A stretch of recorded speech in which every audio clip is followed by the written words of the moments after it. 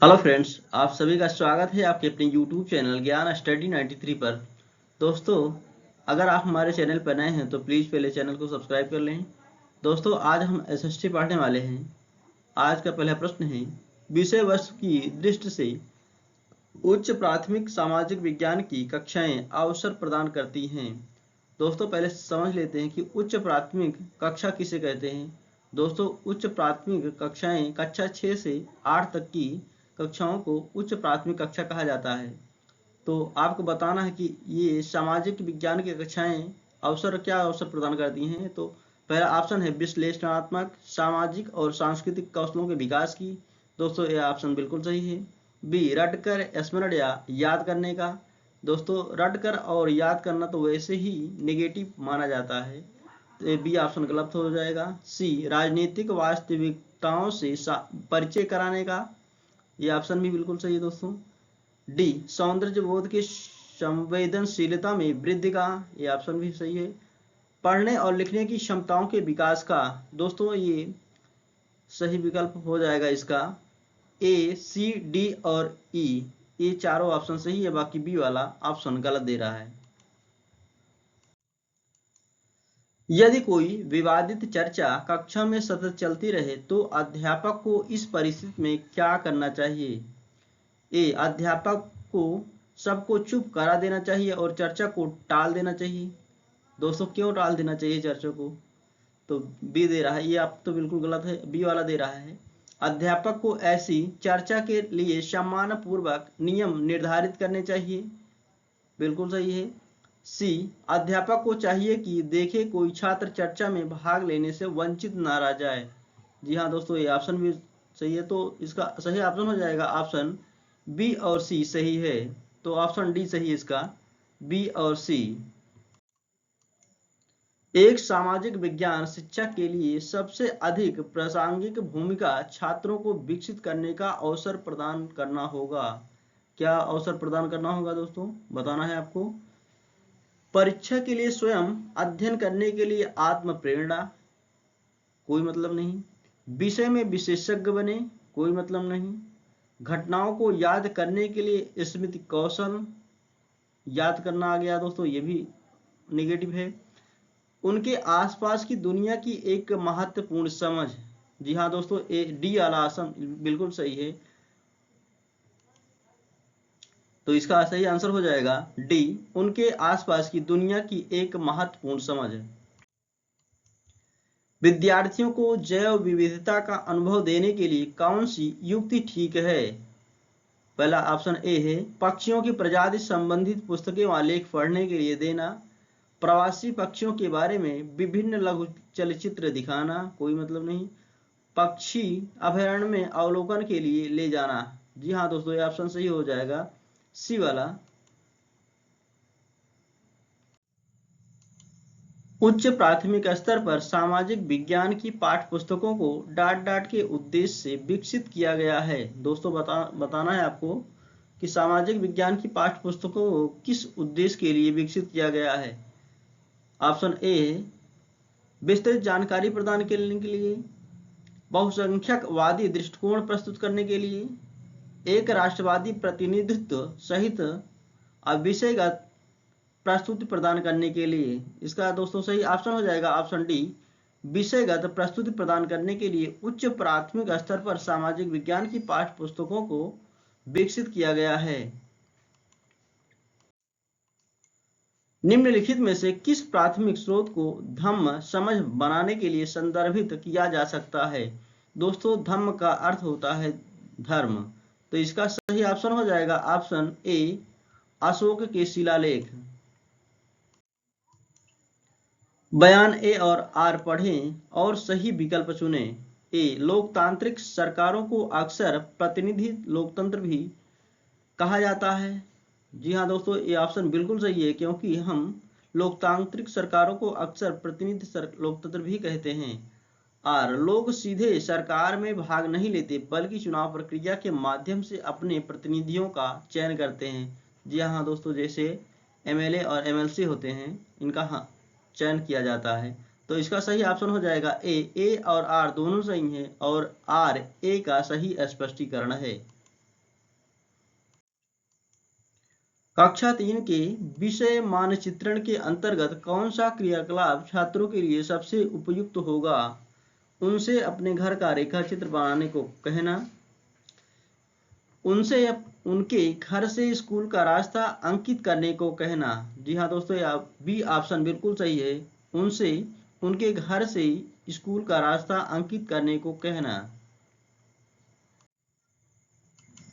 सर्वाधिक उपयुक्त विकल्प से रिक्त स्थान की पूर्ति कीजिए। परियोजना कार्य में मुख्य रूप से शामिल है कई संसाधनों से जानकारी एकत्र करना। जी हाँ दोस्तों, पहला ही ऑप्शन इसका सही हो जाएगा कि विभिन्न संसाधनों से जानकारी एकत्र करना परियोजना कार्य में मुख्य रूप से शामिल है। भारत में कर्क रेखा की लंबाई सबसे कम किस राज्य में है? दोस्तों, भारत में कर्क रेखा भारत के 8 राज्यों से होकर गुजरती है। इनमें से जो राज्य दिए गए हैं, इसमें से राजस्थान राज्य से सबसे कम होकर गुजरती है, तो इसका सही ऑप्शन हो जाएगा ऑप्शन बी, राजस्थान। बच्चू माझी झारखंड का एक राजमिस्त्री काम की तलाश में दिल्ली आया है। उन्होंने भारतीय संविधान द्वारा प्रदान किए गए निम्नलिखित में से किस अधिकार का प्रयोग किया है? दोस्तों, भारतीय संविधान के द्वारा भारतीय नागरिकों को 6 प्रकार के मौलिक अधिकार प्रदान किए गए हैं।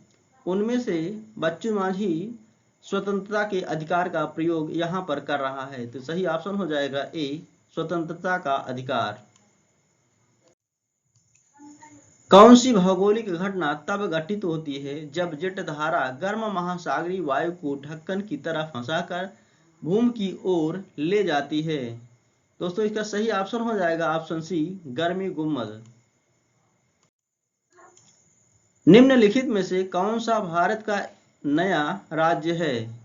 इसका सही ऑप्शन हो जाएगा दोस्तों ऑप्शन सी, तेलंगाना। तेलंगाना राज्य का गठन 2 जून 2014 को किया गया था, जबकि झारखंड और उत्तराखंड राज्य 2000 में बनाए गए थे। तो इसका सही ऑप्शन है ऑप्शन सी, तेलंगाना। हिमालय का निम्नलिखित में से कौन सा भाग सतलुज और काली नदियों के बीच स्थित है? दोस्तों, इसका सही ऑप्शन हो जाएगा ऑप्शन सी, कुमायूं हिमालय।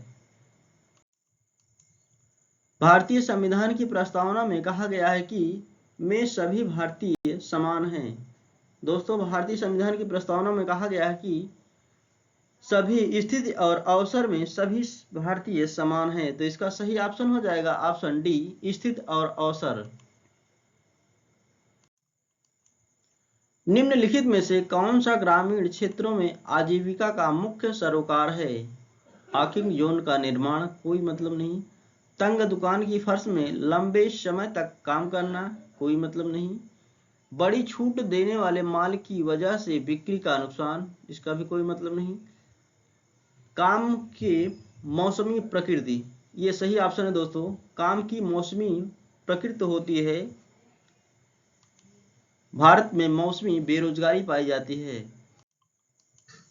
सार्वभौम वयस्क मताधिकार का अर्थ है सभी वयस्कों को ड्राइव करने की अनुमति है, कोई मतलब नहीं। सभी वयस्कों को स्वतंत्र रूप से अपने विचार व्यक्त करने की अनुमति है, कोई मतलब नहीं है। सभी वयस्कों को सरकार बनाने की अनुमति है, इसका भी कोई मतलब नहीं है। सभी वयस्कों को मतदान करने की अनुमति है, सही ऑप्शन हो जाएगा इसका डी, सभी वयस्कों को मतदान करने की अनुमति है। निम्नलिखित में से किसका उपयोग स्कूल आधारित मूल्यांकन गतिविधियों के लिए नहीं किया जा सकता है? दोस्तों, इनमें से योगात्मक मूल्यांकन भी स्कूल में होता है, प्रारंभिक मूल्यांकन भी होता है, जबकि नैदानिक मूल्यांकन भी होता है, जबकि प्लेसमेंट मूल्यांकन उच्च कक्षाओं के लिए होता है। तो इसका सही ऑप्शन हो जाएगा ऑप्शन डी, प्लेसमेंट मूल्यांकन। यदि कोई छात्र किसी जिले की जनसंख्या की विशेषताओं को समझने के लिए एक परियोजना विकसित करने का प्रस्ताव करता है, तो निम्नलिखित में से क्या एक संभावना के रूप में आवश्यक है?